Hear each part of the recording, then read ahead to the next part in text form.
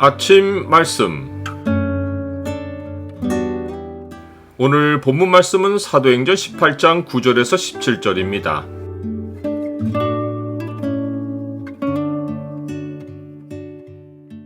핍박을 두려워하지 말고 주의 지시를 따르라. 오늘 본문을 약속의 창으로 보면 핍박의 상황을 이겨낼 수 있는 이유가 무엇인지가 보입니다. 약속의 창을 보여주는 구절은 18장 10절입니다.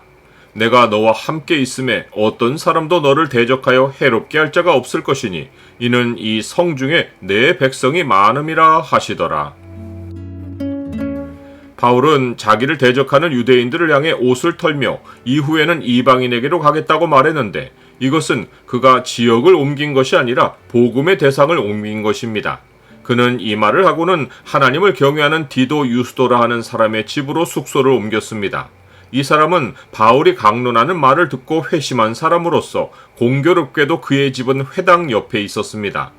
유대인들 편에서는 고린도에서 쫓아내고 싶은 바울이 회당 옆으로 숙소를 옮겼으니 괴로움이 더했을 것입니다. 바울은 더는 안식일에 회당을 찾지 않고 밖에서 사람들에게 복음을 전했습니다. 이때 놀라운 일은 다른 사람도 아니고 회당장과 그의 온 집안이 주를 믿은 것이고 수많은 고린도 사람도 듣고 믿어 세례받은 것입니다. 이것은 유대인들에게 큰 위협이었습니다. 이는 회당을 책임지는 자가 그리스도인이 되었을 뿐 아니라 그동안 회당을 찾던 이방인들도 바울이 전하는 도를 따라 회당을 떠나서 유대인들의 세력이 급속도로 약해졌기 때문입니다. 유대인들의 반발이 거세게 일어나는 상황에서 밤에 주께서 환상 가운데 바울에게 나타나시어 바울이 고린도에 있어야 할 이유를 알려주셨습니다. 두려워하지 말며 침묵하지 말고 말하라. 내가 너와 함께 있음에 어떤 사람도 너를 대적하여 해롭게 할 자가 없을 것이니 이는 이 성 중에 내 백성이 많음이라. 주님으로부터 확신을 얻은 바울은 1년 6개월이라는 시간을 이곳에 머물며 하나님의 말씀을 가르쳤습니다. 이것은 하나님이 잠시나마 바울에게 한 교회를 목회하는 기회를 주신 것이기도 했습니다. 그러나 바울이 고린도 교인들에게 직접 고백했듯이 그는 자기가 주님께 받은 사명은 교회의 터를 닦는 것이고 교회를 목회하는 것이 아닌 것을 잘 알고 있었습니다. 내게 주신 하나님의 은혜를 따라 내가 지혜로운 건축자와 같이 터를 닦아두매 다른 이가 그 위에 세우나 그러나 각각 어떻게 그 위에 세울까를 조심할지니라. 그러하기에 분명 그는 주님으로부터 그 다음 지시가 있기를 기다리며 항상 떠날 준비를 하고 사역했을 것입니다. 1년 6개월이 차가는 즈음에 그가 고린도를 떠나야 하는 계기가 되는 사건이 벌어졌습니다.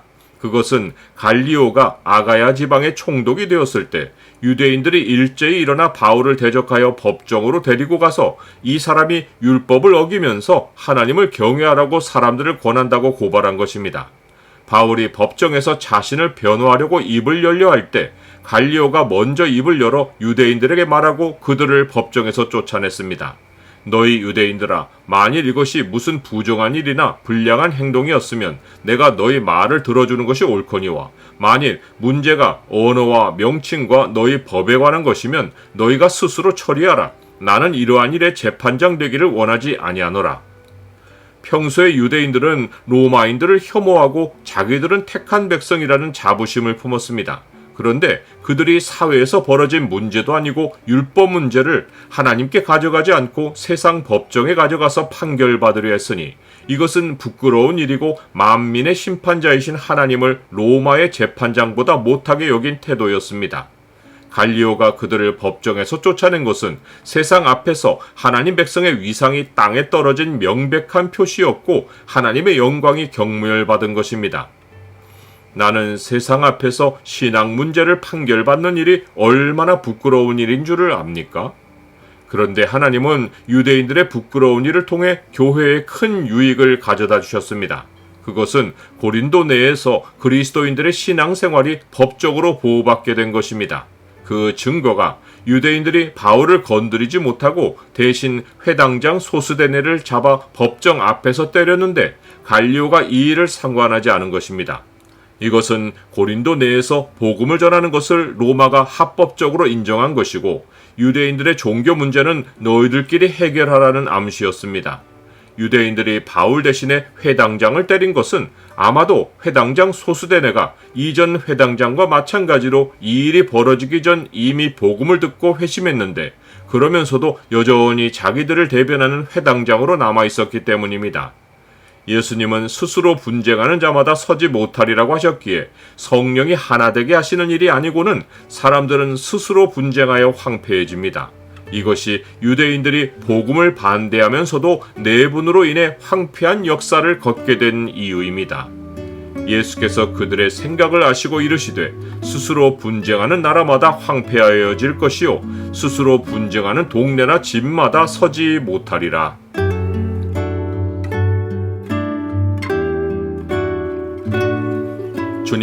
주님은 일상에서는 진리로 인도하시고 특별할 때는 특별한 지시로 인도하십니다.